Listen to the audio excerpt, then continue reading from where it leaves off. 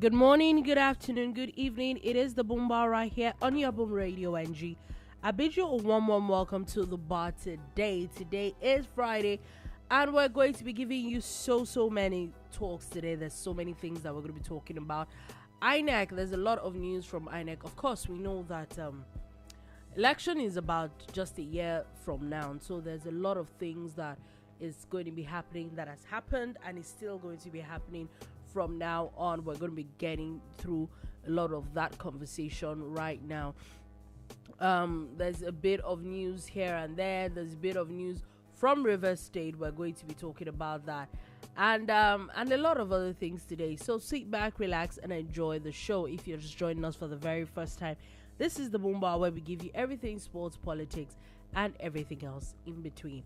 My name is Oladolupo, and with me in the studio is Shola Rogers. Good morning, good afternoon, good evening. Thank God it's Friday, New Music Friday. Thanks for joining us. Okay, so we're going straight into the gist today. First things first, for in case people were watching, I was saying we were talking about it yesterday that the vice president was on his way to Ethiopia. It's official, the man has landed in Ethiopia for the 39th AU summit. Is it that far? Is Ethiopia that far? Since it's yesterday. an update. It's an update from yesterday. Yesterday, he just landed. The conversation was that he was leaving. That he just landed. Today, the conversation is the vice president has just landed. Is in Ethiopia. Other than you said, has just landed. Oh God.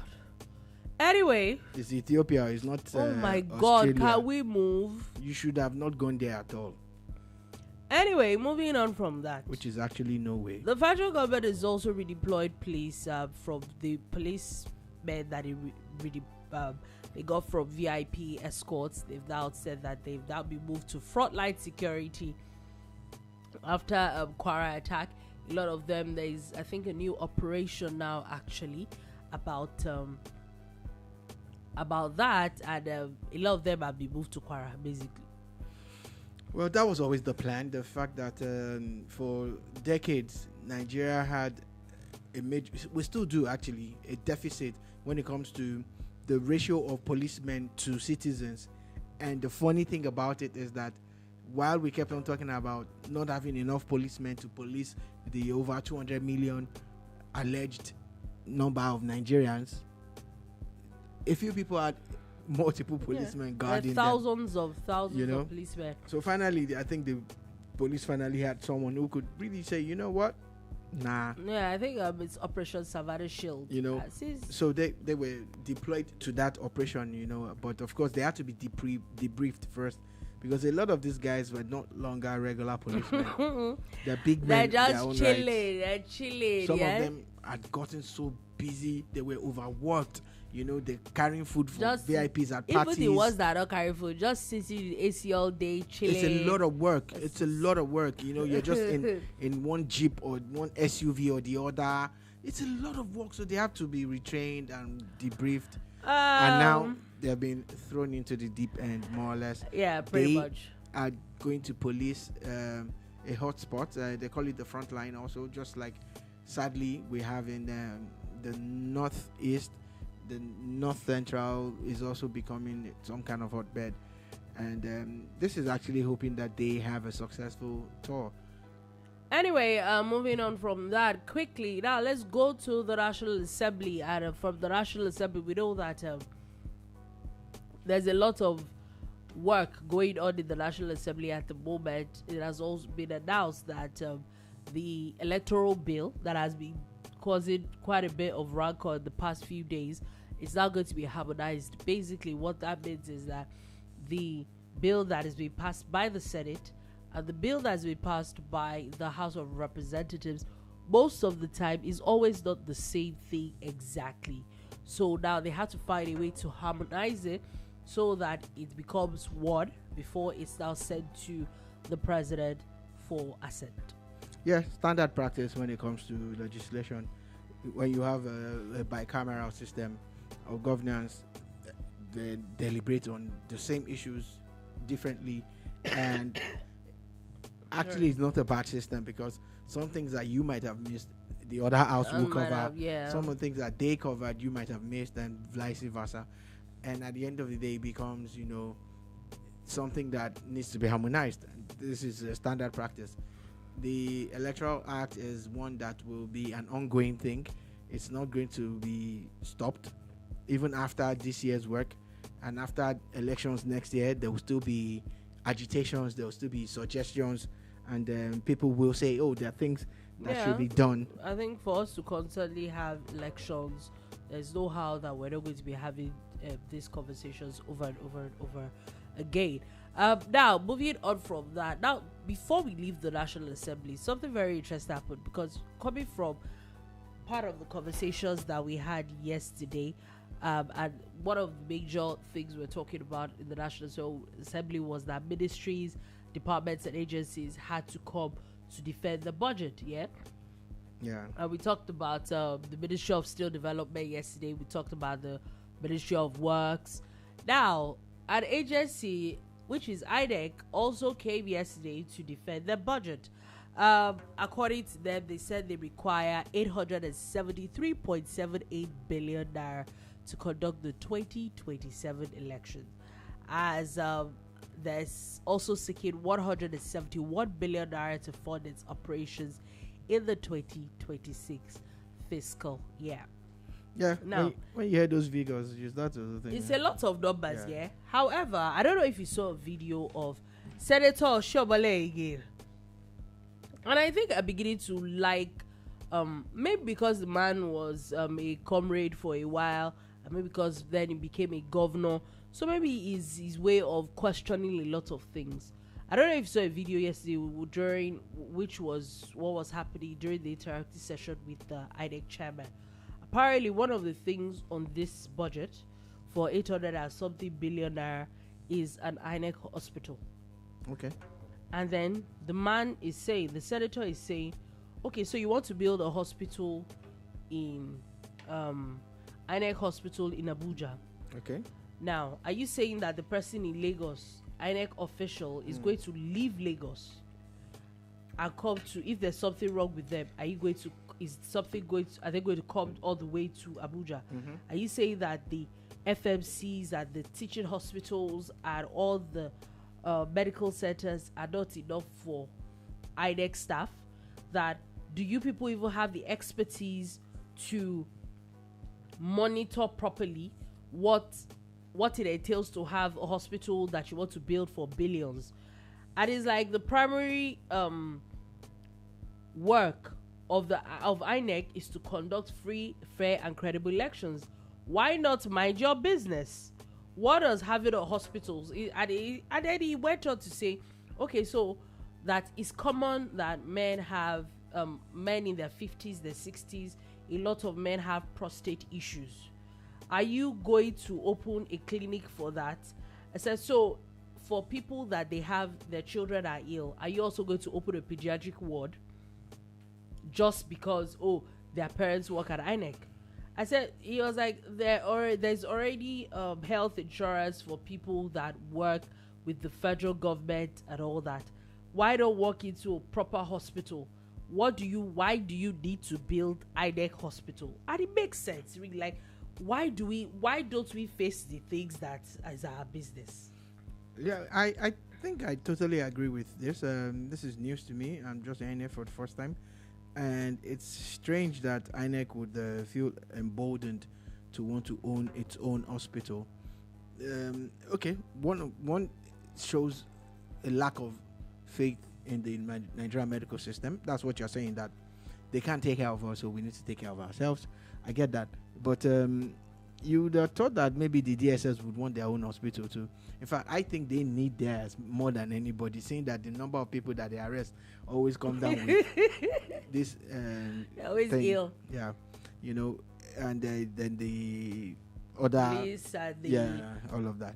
You get, but on a real, if you were going to build clinics, and so we're building clinics in every state for our staff alone, okay, maybe even a sick bay. But an INEC hospital in Abuja is to what end exactly? I think that Oshomole has said it all, like Senator Oshomole, that you should stick to your primary duties, which is basically to organize free and fair elections.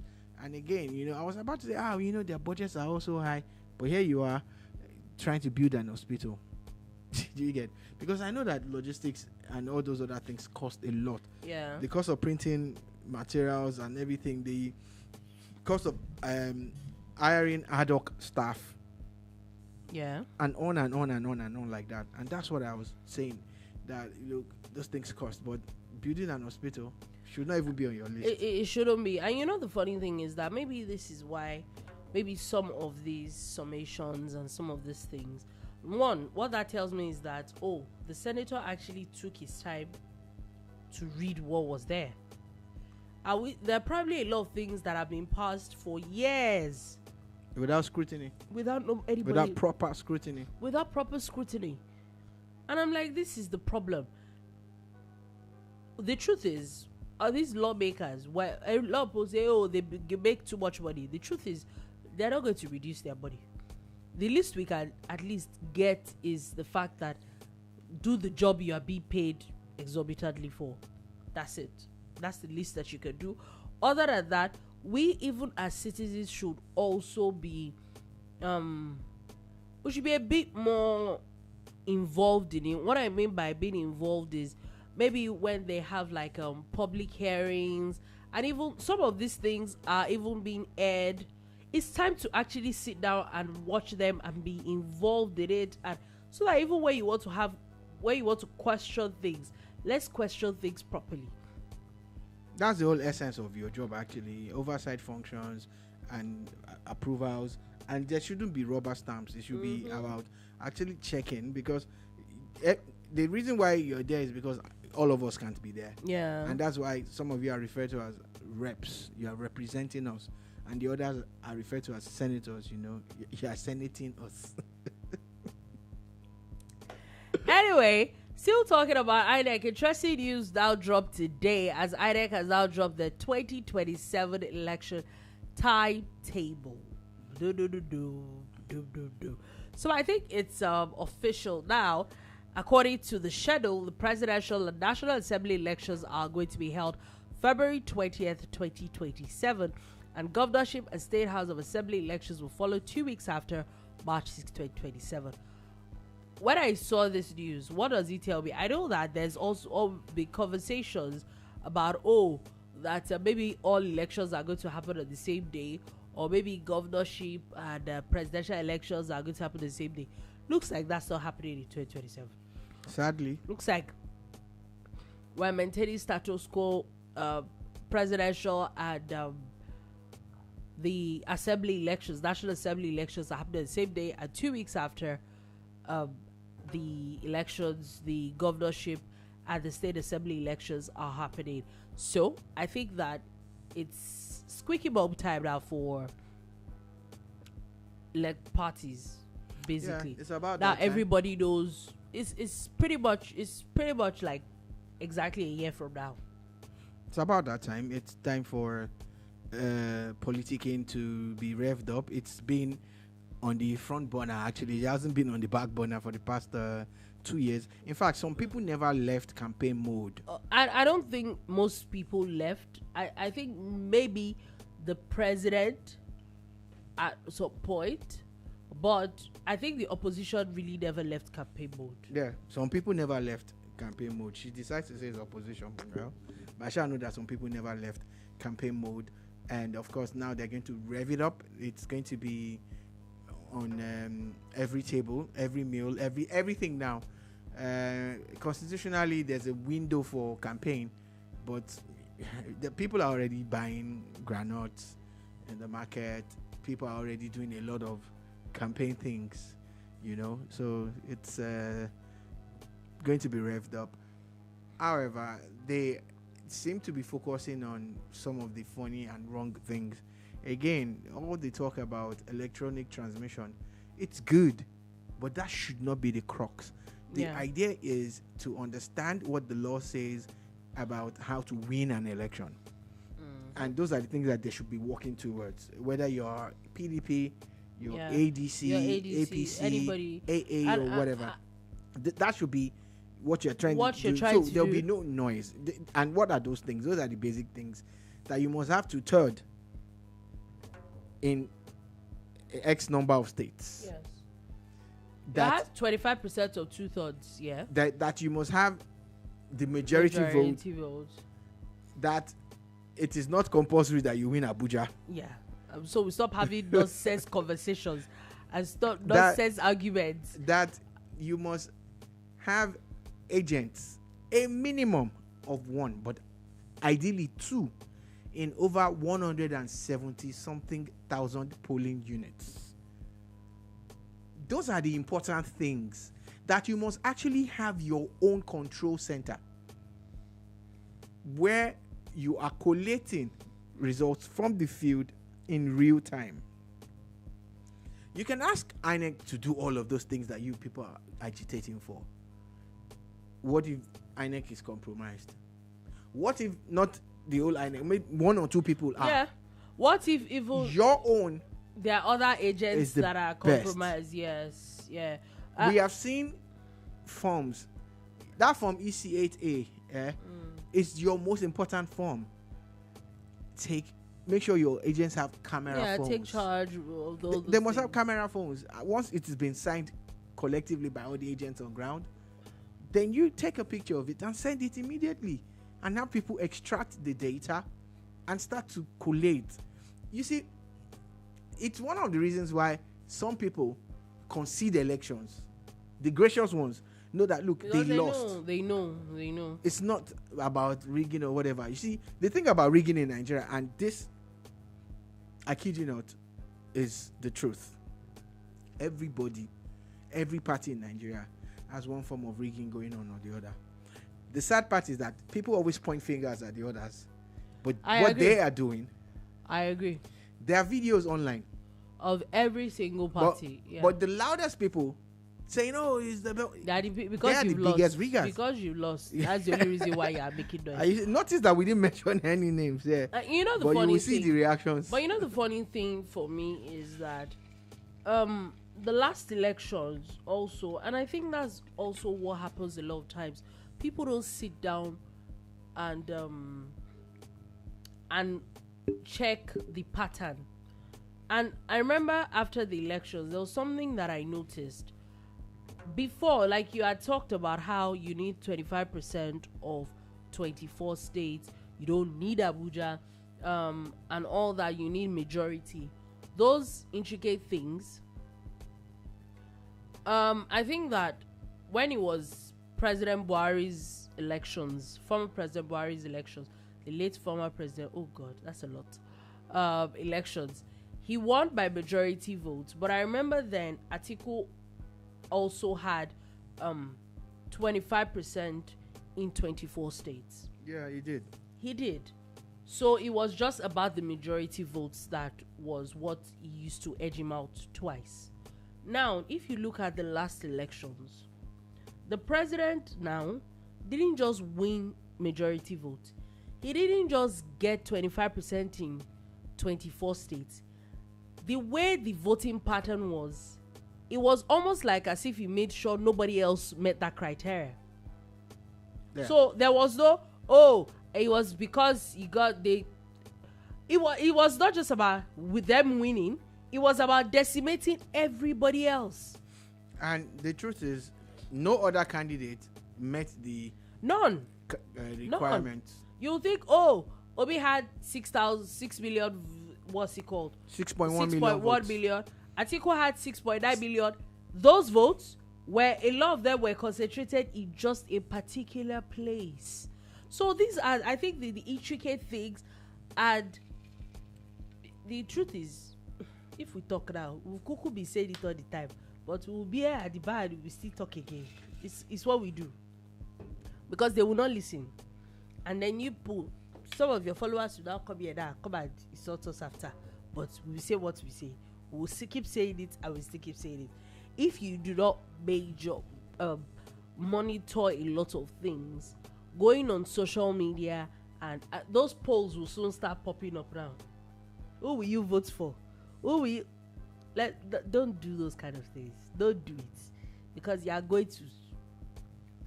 We have seen how social media says when some people will be hearing, oh, I have so 1,000 million followers. Don't even let me go down that route, because you wonder how grown ass people would actually say those things with their mouths, but never. Don't go there. Anyway, the honest truth is that everybody really needs to do the work if you want to gain anything out of elections. A lot of things need to be put in place. You know, the sad thing about the timeline for this election, the schedule that they put out, is that it would have been nice if Saturday of this year, February 14, was Saturday, February 14 of 2026. That would have saved a lot of people a lot of money. A lot. But you see, the calendar is not calendaring. The calendar is not calendaring, though. Anyway, moving on from that quickly, still talking about, since we're talking about elections, let's do a bit of politics. First things first, it has been announced that the president is going to Kano on Monday. He's going to attend the formal reception of Governor Abba Yusuf into the APC. Well, like I said, they're going to ramp it up. It's election season. The defections have actually come thick and fast. Everybody, is trying to play politics, which is what they do. That's their thing. Mm-hmm. And so on Monday, you expect a lot of fanfare and all of that. If someone had told you 3 years ago that this will be happening, you'd have argued. I said, no, never. NNPP with Kwankwasia movement, they're not going to do this, And at times when you observe politics in Nigeria, you understand the godfather godson arrangement. Mm-hmm. You think at times that you know it, but you don't. You don't, though. The governor of Kano is so related to the leader of his movement that it's shocking that they seemingly are at loggerheads. A part of me is still saying that it's a lie, it's a setup. But actually, it's looking so real. No, I think it is looking real, actually. That he has actually moved away from the man that made him governor, more or less. And, they'll be expecting the same kind of feedback. But you never can tell how the numbers will pan out in Kano. For instance, at the last gubernatorial elections, I think he got about 1 million plus votes. Yeah. Then the APC candidate also got about 1 million plus votes, but the NNPP candidate had more votes. But what they are projecting now is that even without the full Kwankwasia support, the APC that could garner 1 million, because again, Kwankwaso and his former deputy had loggerheads, and he's now he was the APC chairman for a while. That's a Ganduje. So what they're expecting is that Ganduje's people and all the APC people will support the governor Yusuf, and he will still be able to become governor again. One major thing that people must constantly understand is that the crisis in the PDP is more responsible for people jumping ship than any other thing. Anything else. I think I totally agree with you. And speaking about the PDP, it's very interesting. I would even say that this particular governor shocked me more than even what happened in Kano State. And it's the governor of Adamawa said. There's a video that I saw yesterday where the man was categorically saying, he's still consulting with his people, but that once they ask him to move to the APC, he's moving. We all know he's already moved. It's just... Yeah, and I will not lie. I will say that it might sound like naivety, but I'm actually kind of shocked. Like, really? You too? Of course, we've been hearing it for a while. But even like the minute that news came out first was what shocked me. Like, what? I remember. And keep in mind, Adamawa is literally the base of Atiku. Yeah. So even if the governor of the state will want to move, you think maybe he will move to an ADC? Some of the political heavyweights in Adamawa are national leaders and people you know their name and you know their pedigree in quote. Binani, the APC candidate, Yeah, she's moved to ADC. has moved to ADC. She would have been the first female governor in Nigeria. She was this close. Now, the rumors, and this is just pure rumors, not conjecture, rumor, is that she had support from Atiku. Rumors. And this governor, Fintiri, right? The governor of Adamawa, Yeah. caught wind of it. He wasn't happy about it. Oh, the last governorship election. These are rumors. These are just pure rumors. Okay, it's making sense now. Please do not lay any credence to anything I'm saying now. It's just rumors. So it's like, okay, you know what? It's payback time.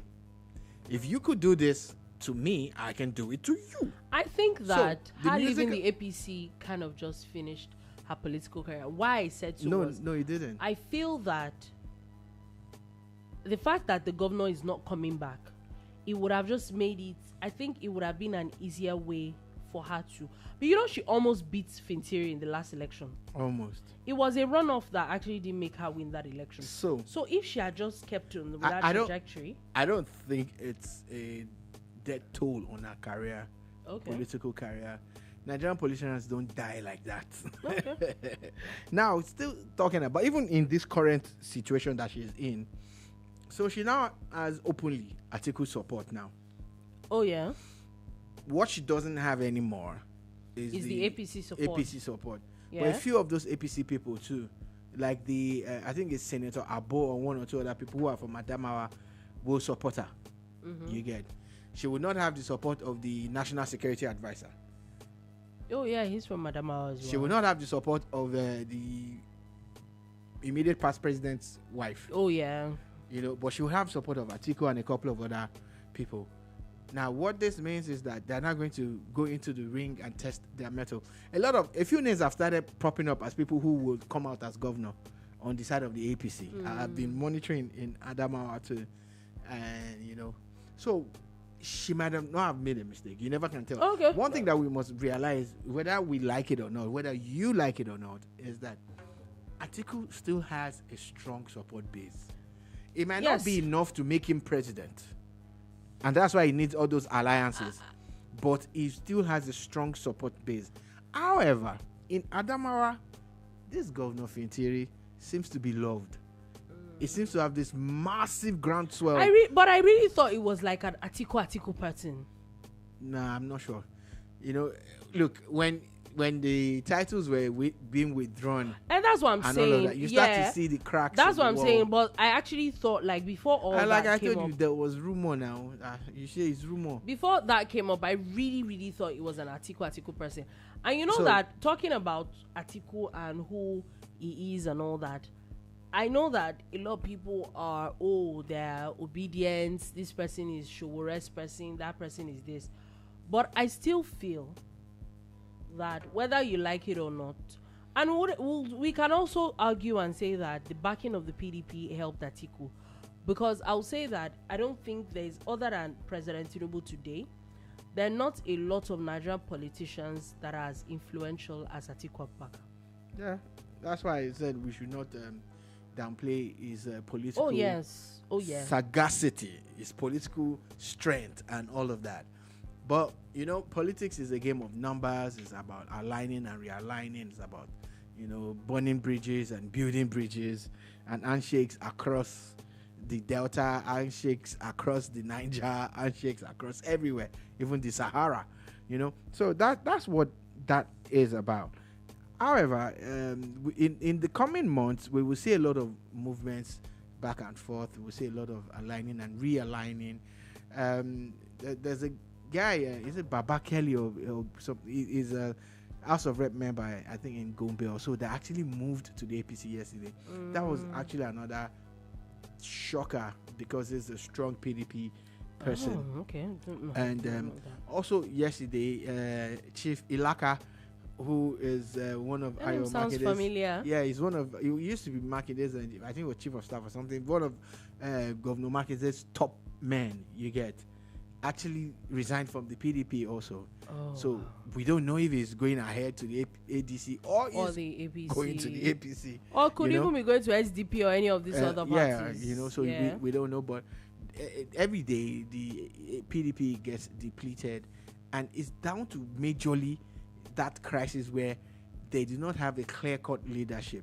And without a clear-cut leadership, you cannot contest an election. So You need the secretary and the chairman of the party to sign your forms. So people would rather go to places where they think they have a shot. Yeah, than I stay agree. back, then win an election, then come back and be told that, oh, the guy that signed is no longer recognized.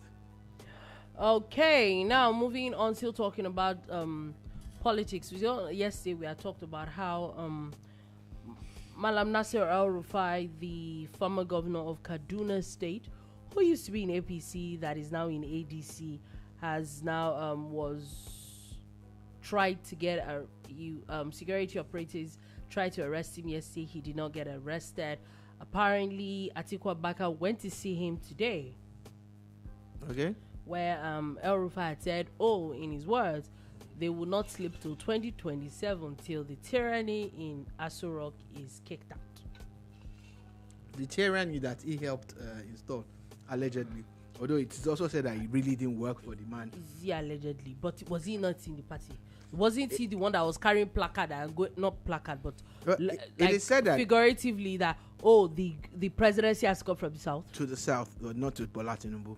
So what people are saying is that if you look at the results of the APC, in Kaduna State, it was really abysmal. Yeah, and that Atiku won there. Yeah, it was. So it's not abysmal. a surprise that Atiku is going there to see him. Yeah, that even while he was in the APC, people are alleging, it's allegations, it's just stories, But if you see the numbers, it was not. Those are actually facts that the APC lost virtually everything. Under him. Yes, they did actually. It was when he left that PDP people were now crossing to the APC. I agree. So I totally agree with that. Nobody, be them in opposition or in the government of the day, because I always say of the day because it's their day. It's not their year. It's just for the moment.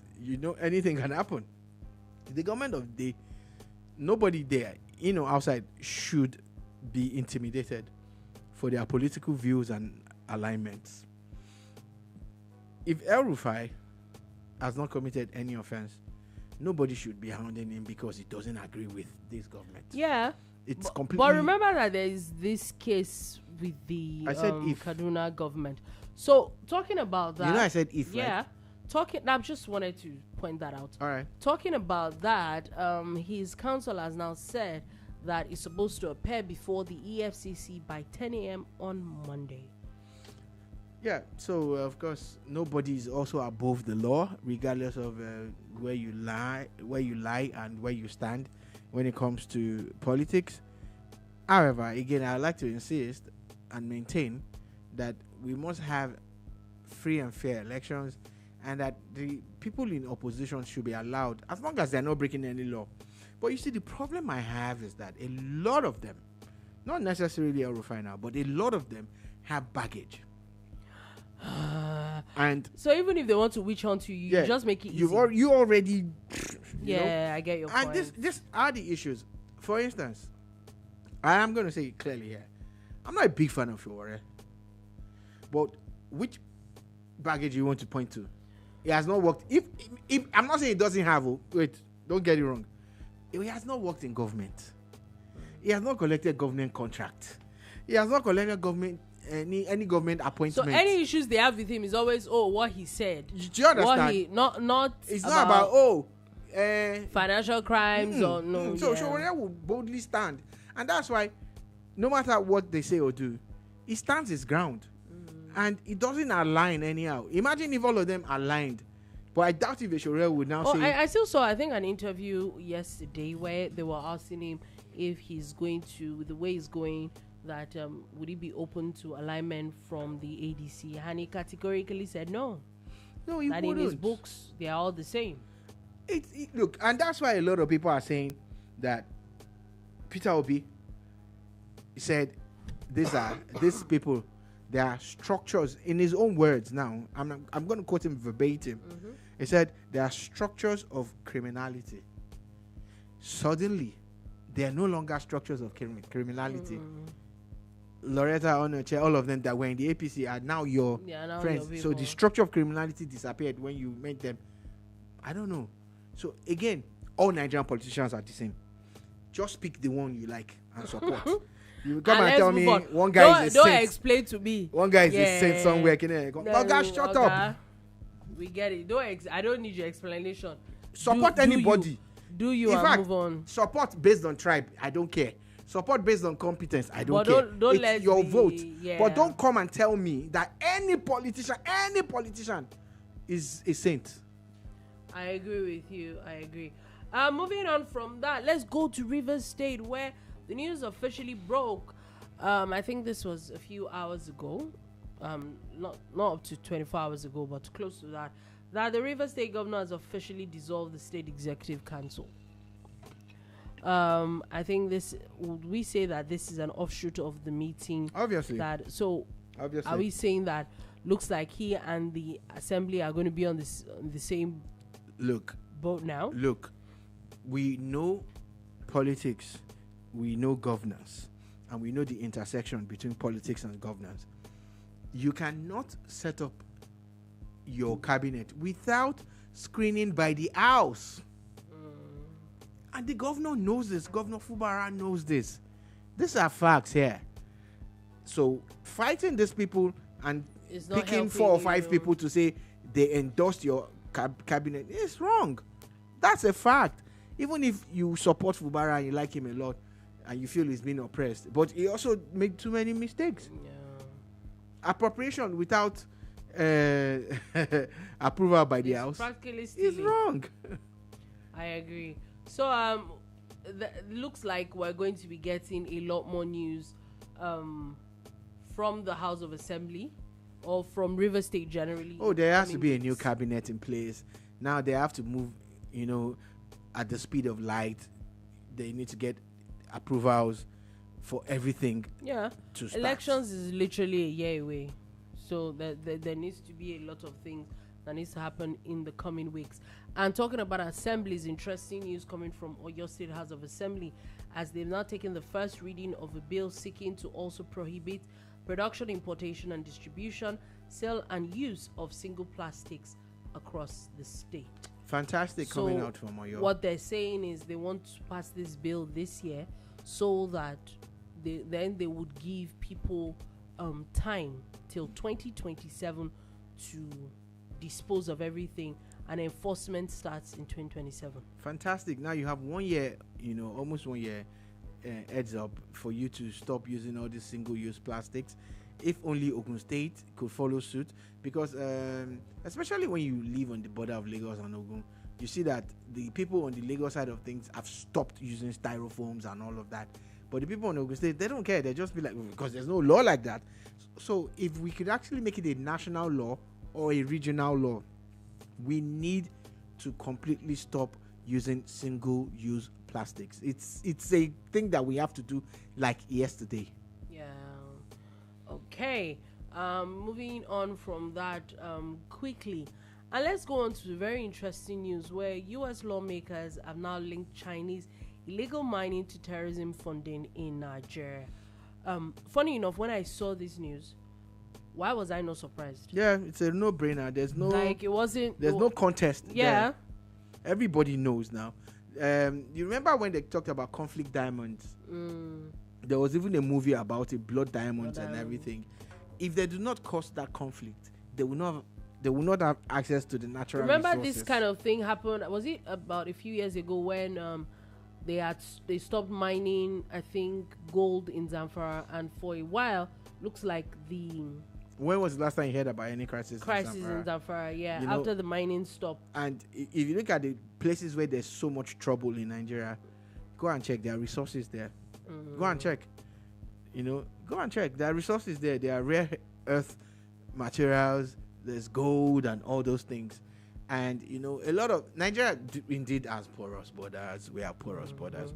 And a lot of these things are being dug out. And the sad part is that the locals are a part of it. Some of them, are being used like slaves, while some are just using their brothers and sisters. Yeah, I agree.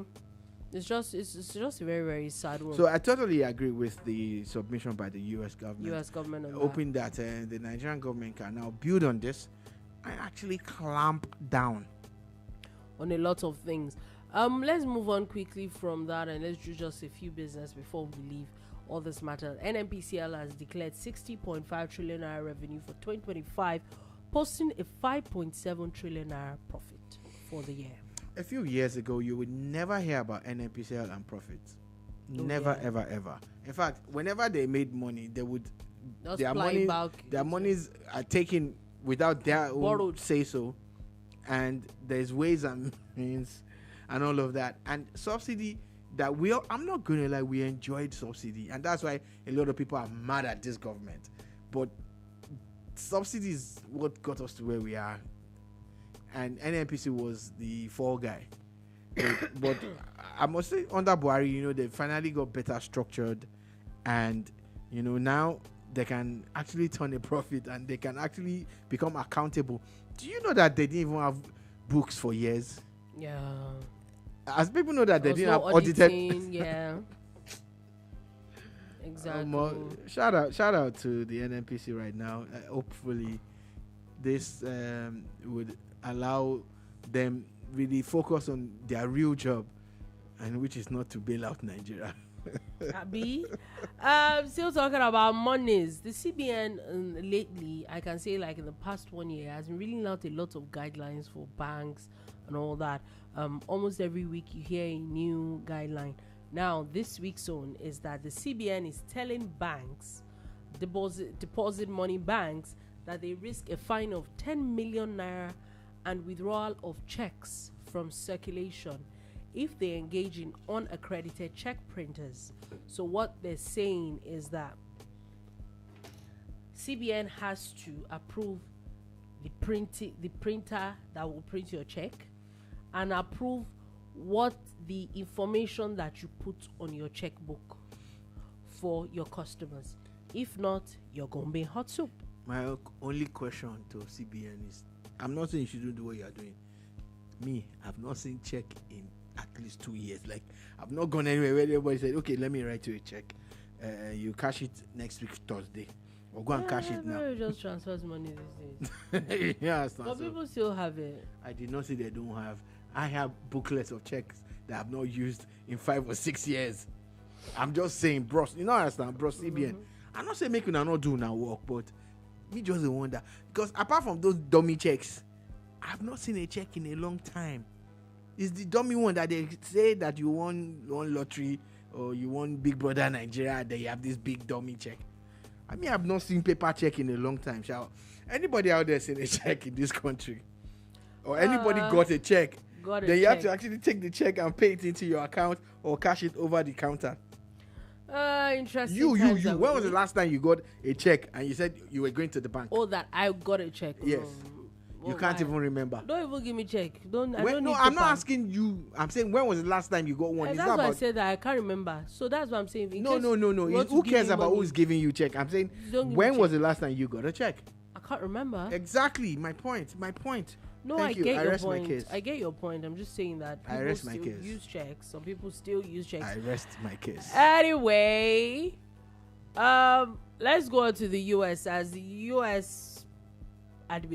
Trump administration has now directed the immigration authorities to begin identifying between 100 and 200 potential denaturalization cases each month.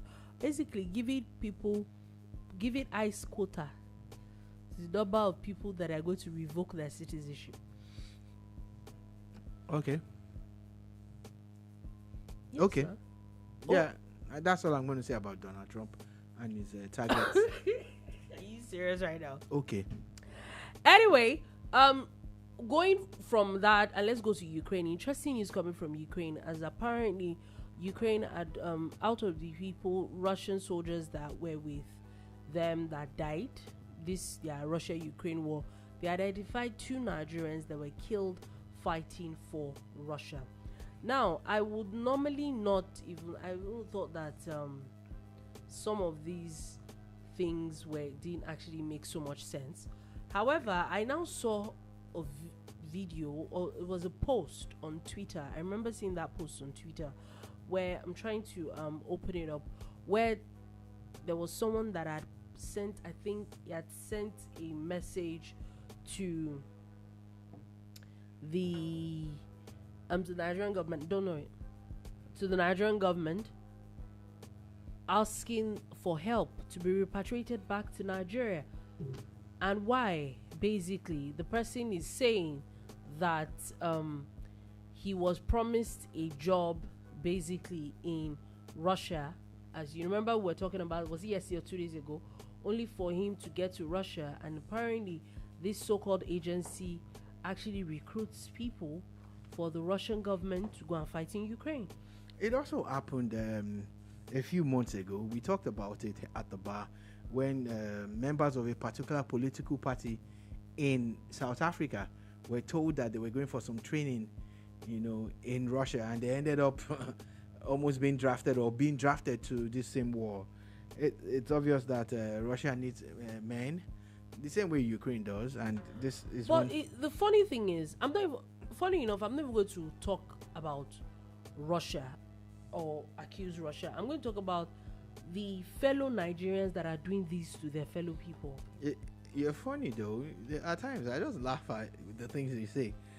In the same country where people take other people's children out for prostitution, in the same country where people give other people's husbands and wives things like drugs and stuff to help them ferry across the border points while they pretend like they are tying their shoelaces or they want to use the loo or something. People will do anything for money. You just be prayerful and careful and hope that you're not their target, because it's really hard and it's crazy. Hardly would you find anybody, but not like it's impossible, that would just say, "Oh, take me to the war zone. As long as I get out of here," you get. A lot of them are lured with different promises. It's very. Is it not the same system that has found people being drafted into second slavery? Exactly. Especially in Asia and Southeast Asian countries, where they tell them, "Oh, they need English teachers," and the poor ladies find themselves becoming slaves or sex workers and all that. So this particular Nigerian says that is Abubakar Adamu, calling on the federal government. He apparently he found a way to contact his lawyers to have formally notified Nigerian authorities of his predicament.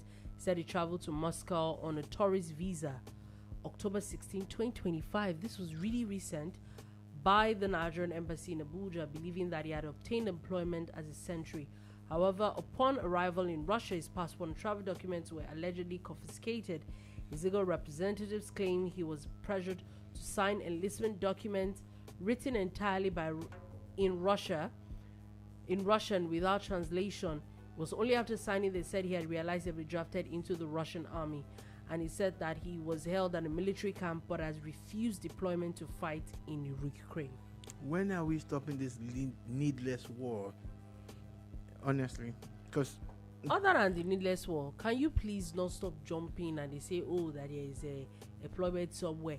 Just stop jumping and be flying, all in name of you're going on what's it called? Once again, I'm calling on the whole world. When are we stopping this needless war? What's this war about? What exactly are they fighting for? And the whole world is paying the price.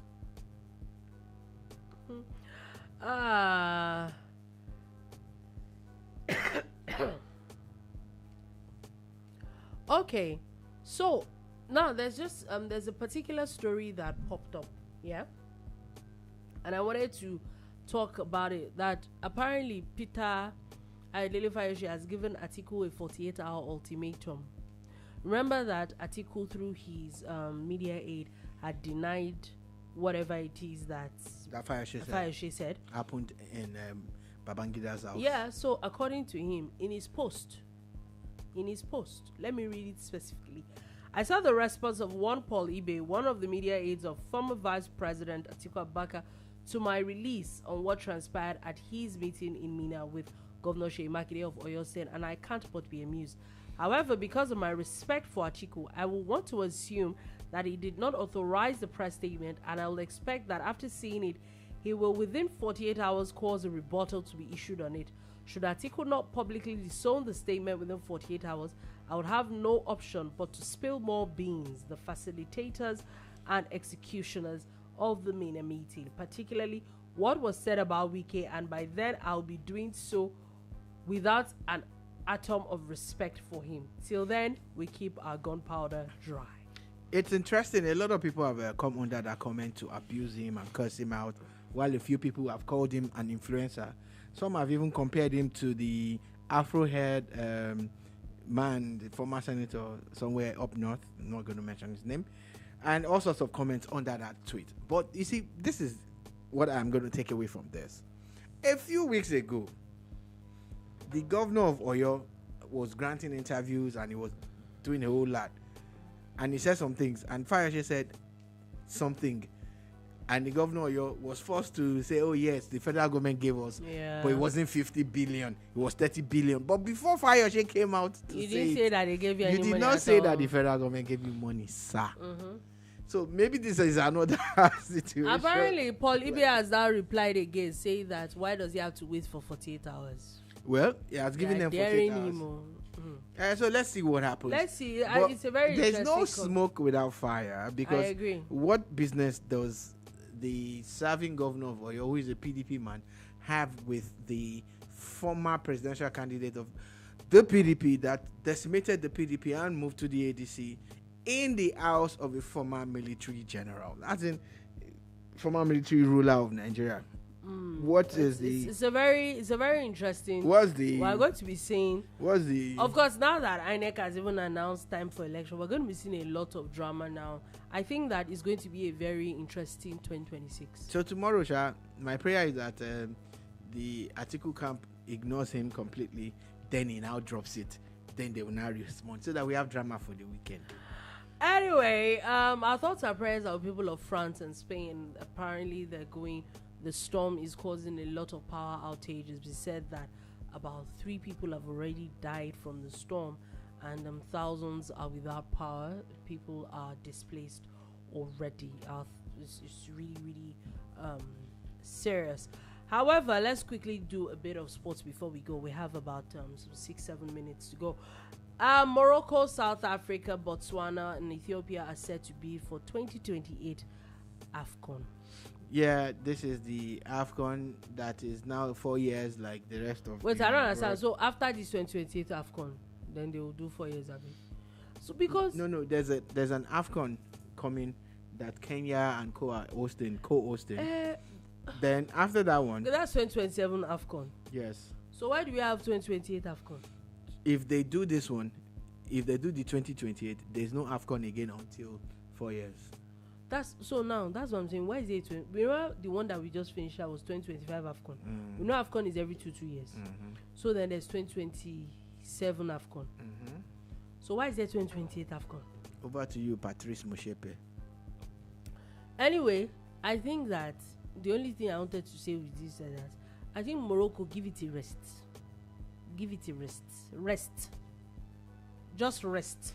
No, Morocco that wants to host World Cup. Morocco, they are telling you now. You did AFCON. Now only they get They gave you Kini to do. Your people decided to do whatever it is. They sanctioned you. You say no, that you cannot be sanctioned. Only you. They are supposed to host WAFCON. You say you are not, there's suddenly something wrong with your calendar. So if that's the truth, so just rest. Thank you. Well, hopefully the bidding committees would not be influenced by certain conditions. Anyway, Manchester United co-owner Jimmy Ratcliffe has now apologized. Apparently, as of yesterday, the FA was looking into some comments that he made, saying that UK is colonized by immigrants. So he said what he said, right? Mm-hmm. And he has apologized, right? Mm-hmm. But how does that concern football in any way? Or how does it concern the FA? How does it concern Man United? No, it's not about Man United. Exactly. Him. The FA looks like he said that there might be some sanctions on him. That's what I'm saying. Like, United had to release a press statement. Mm-hmm. Everybody's talking about this co-ownership and blah, blah. I'm just saying that he said what he said. Do you get? Leave it as him as a person. Yeah, and what does that have to do with football? What does it have to do with sports? Yeah, it's crazy. Absolutely nothing. And the truth of what he said is that, is it the truth or is he lying? Or maybe he's exaggerating. Time will tell. Anyway, before we leave the matter, former Chelsea and Manchester City winger, and I think Arsenal, he was in Arsenal as Everybody's winger. Everybody's winger, Raheem Sterling, has now gone to Turkey. Raheem has fantastic agents. I think he really should just retire. Why? Is it your retirement? Allow him. For him to have gone to Fener, that means he actually did do some trials and they felt it was good enough for them and all of that. At times, you don't understand how it works with players like this. They still have something in them to give. You know, he's been around. He's played in all the top clubs in England, except for Man United, I think. You know, he played Man City, played Chelsea, played Arsenal, and all of that. So I'm happy for him that he's not giving up. It's a good role model for people to look at. Don't give up. Keep going. Before we leave, what's it called? What's it called? Mention. I needed to mention it. It's World Radio Day. Shout out to. I didn't know that. Shout out to radio. You know we love you, right? We do. Please, a mention to Ademola Lookman. Shout out to. So I was watching an interview, and the interviewer said, "Do you know what mola means in Spain?" And he says, "Cool." That he knows that he's cool, and you know people don't call him Ademola; they call him Mola. They take the Ade out. You should put it back because Ade means king. So imagine King Cool, King. That man is doing something in Atletico. The same Atletico that a few weeks ago their coach was in a battle with Lamine Yamal and they were losing. Yeah, it looked like it's the one that roasted Barcelona. Roasted Barcelona. Oh Lord.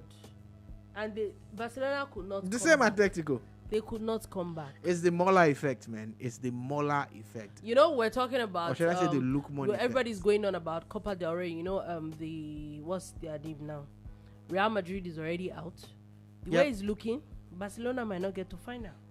And if it goes the way, Demola will also be getting another trophy. Yeah, this probably might be top place. Yes, because at this point, this looks like the easiest trophy for. It's 2 games Atletico more for him. Madrid. They played the second leg, I think, on the third. Yeah, but they've already won 4 goals. It's football. They must make sure that they don't lose in Barcelona. Anything that's happening.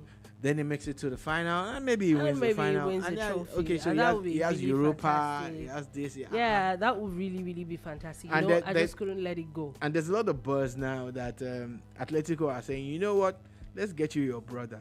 So there's a lot of talk now about Atletico wanting to bring Osimhen. I thought it was Barcelona. No, I'm telling you, as of today, it's buzz. It's buzz. Barcelona should better move fast. No, don't move. Look, Demola and Osimhen in the same team. No. Game over. Game over for everybody. Game over.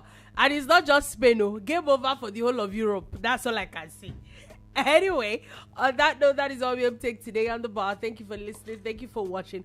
We'll be back again on Monday at 3 p.m. West African time to give you another wonderful edition of The Boomba. Do have a beautiful, beautiful weekend. Peace. And happy Valentine's. So they said it's tomorrow. Yeah. Happy Valentine's. Happy Valentine's to you. Happy Valentine's.